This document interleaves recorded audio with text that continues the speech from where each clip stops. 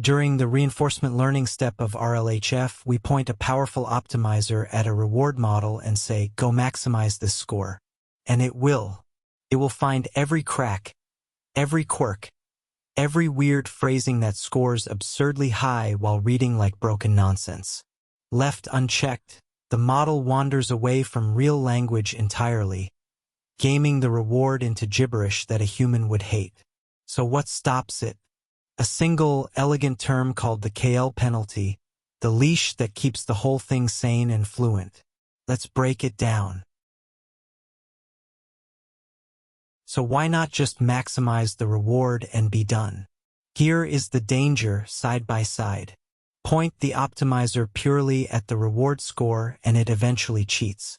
The reward model is only an imperfect proxy for human taste, so a strong optimizer exploits its blind spots, producing repetitive, degenerate text that scores brilliantly and reads terribly. This is reward hacking, and left alone it wrecks the model, dragging it far from coherent language into whatever quirk maximizes the number. Instead, we optimize the reward minus a penalty for drifting too far. The model is still rewarded for higher scores, but punished the moment it strays from sensible language. So it improves on human preferences while staying anchored to the fluent, coherent behavior it already had. That single subtraction is what makes reinforcement learning here stable instead of chaotic. The reference it stays close to is simply the frozen supervised checkpoint the tuning began from. So how does this guardrail actually work? Follow the loop one piece at a time. Start with the goal. During reinforcement learning, the policy is nudged to produce responses the reward model scores highly. On its own, that pressure is exactly what tempts the model toward exploiting the reward and chasing high scores at any cost. Now measure the drift.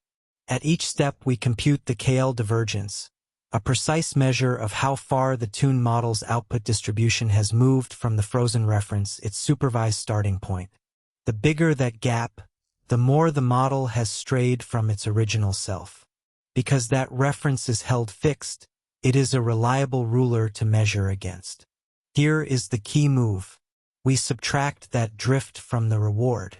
So the model earns the reward score, but pays a tax that grows the further it wanders from its original sensible self. Score high all you like, as long as you stay close to home. The result is a balanced objective. The model improves on human preferences yet stays tethered to fluent language, unable to run off and exploit the proxy without paying for it. That balance is the whole trick, and it directly limits how badly the reward can be over-optimized. Strip it down and 3 ideas make the penalty essential. It penalizes drifting from the frozen reference model. The KL term measures the gap between the tune policy and its untouched starting point, and charges the model for every step it takes away from that anchor. It stops reward hacking and keeps output fluent. By capping how far the policy can move, it directly limits over-optimization, so the model improves on preferences without collapsing into the degenerate, repetitive text that games the proxy. A coefficient, usually called beta, tunes how tight the leash is. Too weak and the model reward hacks and degrades. Too strong and it barely changes at all because it is not allowed to move, so getting beta right is a real tuning decision. In practice, teams sweep a few values and watch both reward and sample quality. Alright, let's lock in what matters. The KL penalty is a term added to RLHF's objective that keeps the tune model from drifting too far from its original self. It works by measuring the KL divergence from a frozen reference model and subtracting that drift from the reward the optimizer chases.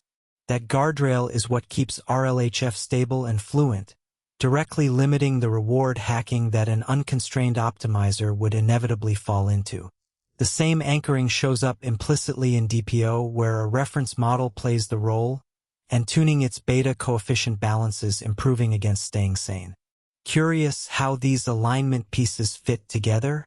We unpack exactly that over at standarity.com. Come take a look.